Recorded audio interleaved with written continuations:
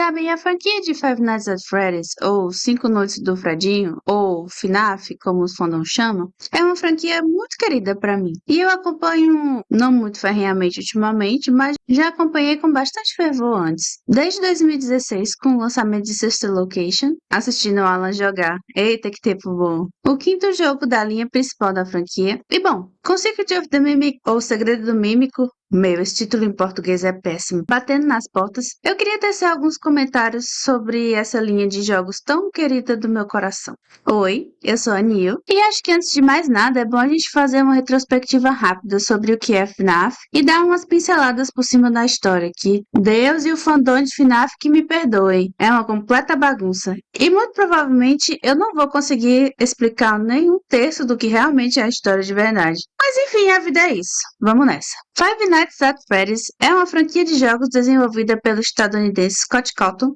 que fazia jogos cristãos e infantis antes de fazer esse jogo de terror. Te falo em uma virada 360 graus, hein? Enfim.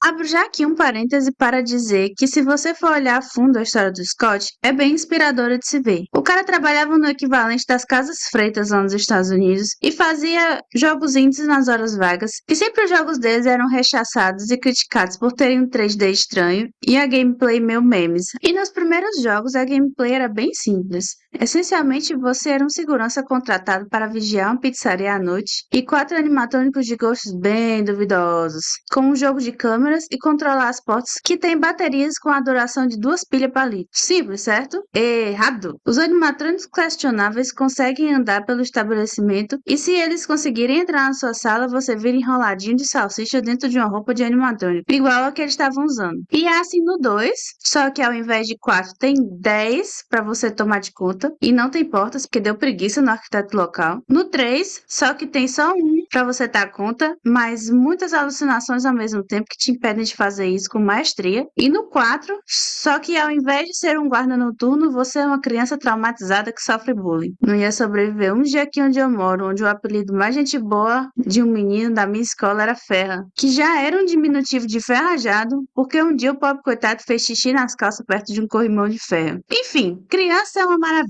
Continuando no Sister Location, que é o quinto jogo, as coisas mudam um pouco porque agora você tem que andar para chegar nos cantos e lidar com animatrônicos tentando te matar a cada passo. Esse simulador de CLT tá cada vez mais realista, hein? No sexto e último jogo da linha principal feito pelo Scott, tem o Pizzaria Simulator, ou FNAF 6, que é, na minha humilde opinião, um final perfeito para FNAF. E tem um dos discursos mais hardcore já criado para uma franquia de terror. Sério, ele não tinha nenhum direito de ser assim tão radical. Desse jeito aqui, tá? Quanto aos novos jogos, eu quero falar deles um pouco mais pra frente, já que as minhas opiniões sobre eles é bem mais extensa. Agora um pouco sobre a história de FNAF, dos jogos até o sexto, basicamente, cronologicamente, eu acredito que tem dois caras, William e Henry, que juntos trabalharam ou fundaram uma empresa chamada Fazbear Entertainment. Nossa, o inglês tá muito difícil hoje. E abrem um restaurante com o nome de Fredbear's Family Diner, que tinha dois animatrônicos, Fredbear, o urso, e Spring Bonnie, o coelho, performando para as crianças. William tinha 3 filhos, Michael, Elizabeth e a criança chorona. E assim, alguns argumentam que o nome dessa criança é Dave, outros Evan, outros Garrett. Mas enfim, aqui nesse vídeo eu vou chamar ele de Dave. E o Henry tinha uma filha, Charlotte ou Charlie. E no começo estava tudo ótimo. Até que um dia, já que criança é uma maravilha, o Michael resolveu que era uma ótima ideia colocar o irmão dele para contar quantos dentes tinha o Fredbear. E nisso enfiou a cabeça do moleque dentro da boca do animatrônico, que deixou o Dave com a cabeça parecendo uma cuia, com a metade de dentro faltando. Nisso, o William pirou na batatinha e resolveu que era uma ideia incrível se tornar o técnico da seleção mirim do Vasco e começar a escalar um monte de criança, começando pela filha do Henry, Charlie, e depois mais 5 crianças dentro da pizzaria, colocando ela dentro dos animatrônicos onde ninguém olharia. Nesse meio tempo, a Fredbear's Family Diner fechou e abriu-se o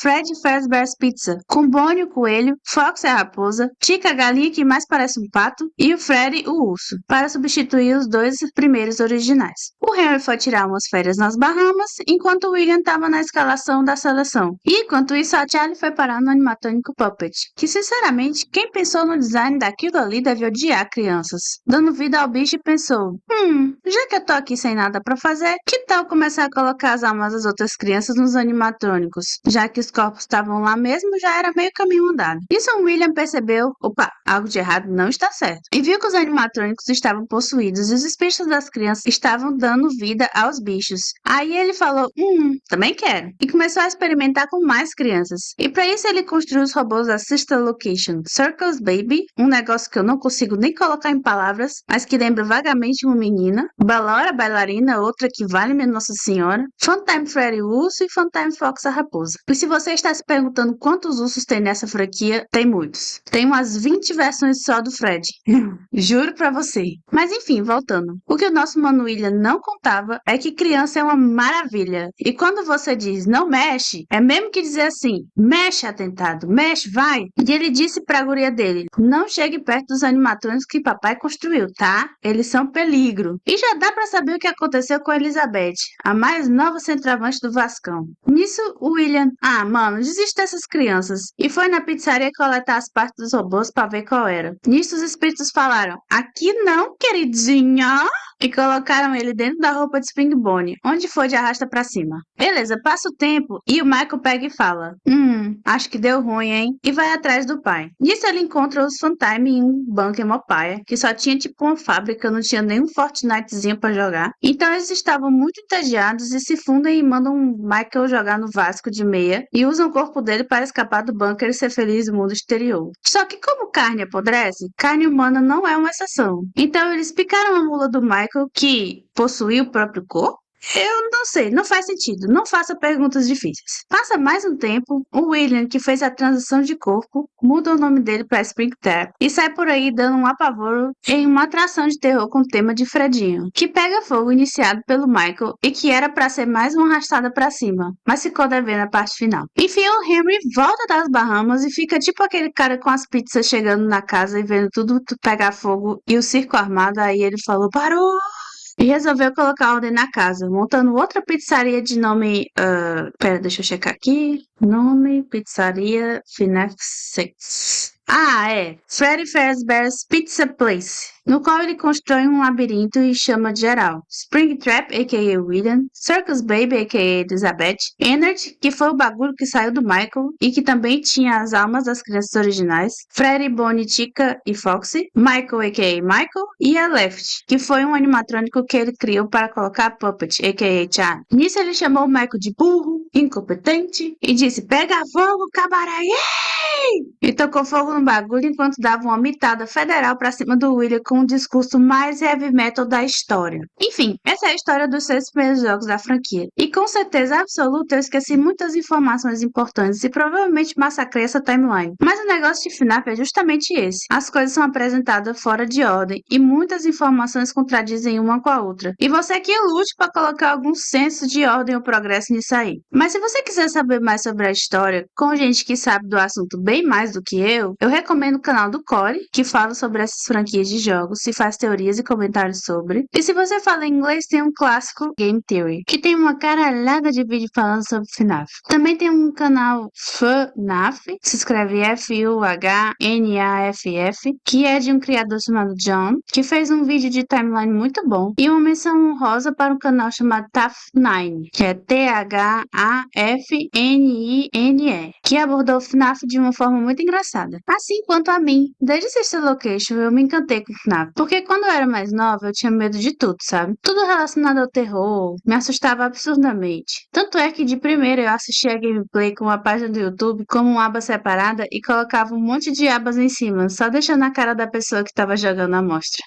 Bons tempos. E querendo ou não, isso me fez perder o medo dessas coisas de terror. E hoje eu me sinto mais corajosa por causa desse jogo. Também graças a FNAF eu me interessei pelo mundo dos jogos e de pessoas que jogam. E conheci pessoas fantásticas como o Alan, o Selbit, o Core, aqui no Brasil. E também gente na gringa como o Matt Pat, o Dalco, o Markiplier. Gente que se empolgava e jogava com afinco, dando tudo de si pelo nosso entretenimento. Gente que discutia, debatia e propunha ideias novas sobre a lore de FNAF. Os ângulos e outras abordagens de ver a história, que criavam um senso de comunidade absurdo, se liga? Tudo era muito bom.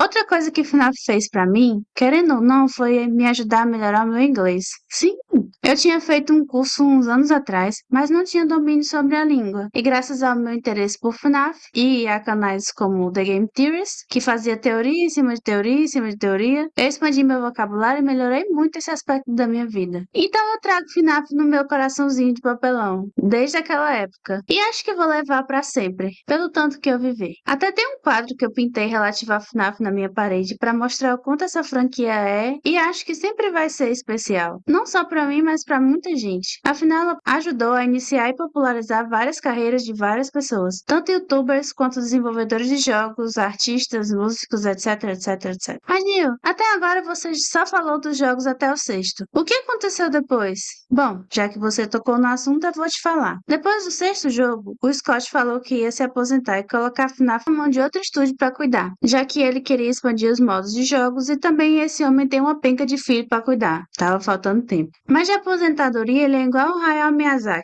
Só diz que vai pendurar as chuteiras e continua trabalhando como qualquer segunda-feira. Mas enfim, entra no jogo Steel Studios, a desenvolvedora escolhida pelo homem para poder tocar FNAF. E a partir daqui, essa era ficou conhecida como a Era Steve Wool. E assim, o primeiro jogo que eles fizeram, o Help Wanted, que foi um jogo para VR, foi até ok, sabe? Isso eu tô falando sobre a minha experiência, tá? Teve gente que amou esse jogo de paixão e acha esse jogo o máximo. Então não tô generalizando, ok? E assim, o plot de ter os primeiros 4 jogos adaptados para VR e alguns outros jogos novos também é bem legal. Se transforma em outra experiência, outra vibe. Já a história é legal, tem elementos bons aqui e ali, mas o fato de que os primeiros jogos agora são de fato jogos no universo de FNAF, eu achei meio memes, não vou mentir. Agora, os problemas pra mim começaram com o próximo lançamento deles, Security Breach. Esse propõe ser um jogo onde você pode andar livremente e fica preso em um shopping à noite enquanto tem uma serial killer à solta e animatrônicos de plástico tentando te mandar de link na descrição. Cara, esse jogo é memes, tá? Ele é um bom jogo, sem os bugs e glitches e tal, mas ele não é um bom jogo de FNAF. Não tem aquela atmosfera assustadora que os outros tinham. Tudo é muito claro e brilhante, e apesar de ser possível fazer um terror do claro, vide Midsommar, tem que ter culhões pra tancar fazer desse jeito, o que infelizmente Security Breach não teve. E a história, hein? Infelizmente para nós, ela tá bem mais confusa do que nos outros jogos, do que nos jogos anteriores. Elementos desconexos, pistas que não fazem sentido, personagens mal utilizados pra carambas. Hashtag Vene, você merecia mais. Enfim, uma esculhambação. E esse jogo também ilustra o principal mal que FNAF enfrenta ultimamente, que ele se transformou em uma franquia para crianças.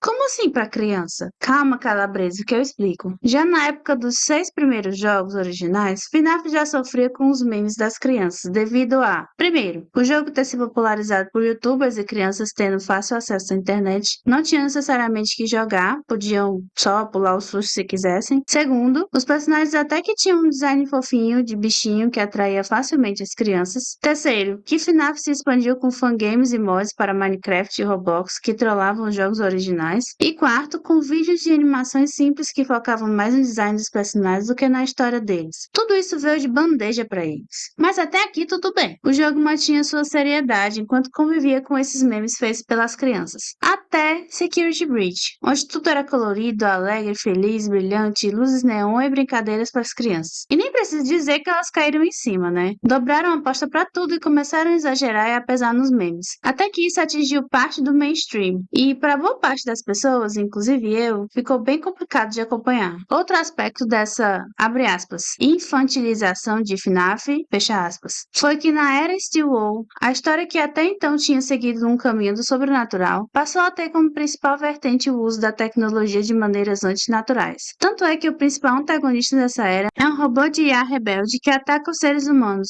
Não um ser humano ruim e perverso com intenções como o Willie Afton era, sabe? Poxa, sua franquia tinha eventos como serial killer, o acobertamento do crime escondendo os corpos dentro dos animatrônicos, o arrasta pra cima de pelo menos 8 crianças, tudo isso foi desconsiderado quando colocaram Freddy pra dançar Opa Gangnam Style e acharam que a vertente IA rebelde era mais legal do que os elementos sobrenaturais. Agora, uma coisa que pode não incomodar as pessoas, mas que incomoda a mim, é o fato de que agora você precisa de materiais complementares para entender a história. Não sei se mencionei, mas FNAF tem uma porção de material extra, como livros e agora filmes. No caso, o primeiro já saiu e o segundo está em desenvolvimento. E muito agora da história recente agora se encontra em materiais extras e não dentro do próprio jogo. Começando de novo em Security Bridge. E outra, os materiais extras às vezes têm a própria continuidade e são em universos alternativos, o que torna ainda mais confuso toda essa confusão. De qualquer maneira, como o próximo jogo da franquia tá vindo aí e que ainda é da STWOW, eu queria colocar esses pensamentos pra fora e sei lá, me diz aqui o que vocês acharam. E assim, se eu fosse o Scott, fazia mais uns 2, 3 jogos com a STWOW e trocava, sabe? Trocava estúdio, colocava ideias novas na mesa, que mostrem, hey, esse jogo aqui não é pra criança. Tem um pezinho pautado na realidade. Colocava um copycat killer e desenvolvia a parte disso, entendeu? Não necessariamente precisava, sangue jorrando, mesmo arrancados por todo lado, não, sabe? Sutileza às vezes funciona melhor que deixar tudo explícito. Deixando bem claro também que não é culpa da STWOW, tá? O Scott tem total controle sobre a história e a STWOW só fazem o que ele manda, beleza? Então, pra resumir aqui, eu sempre vou gostar de FNAF.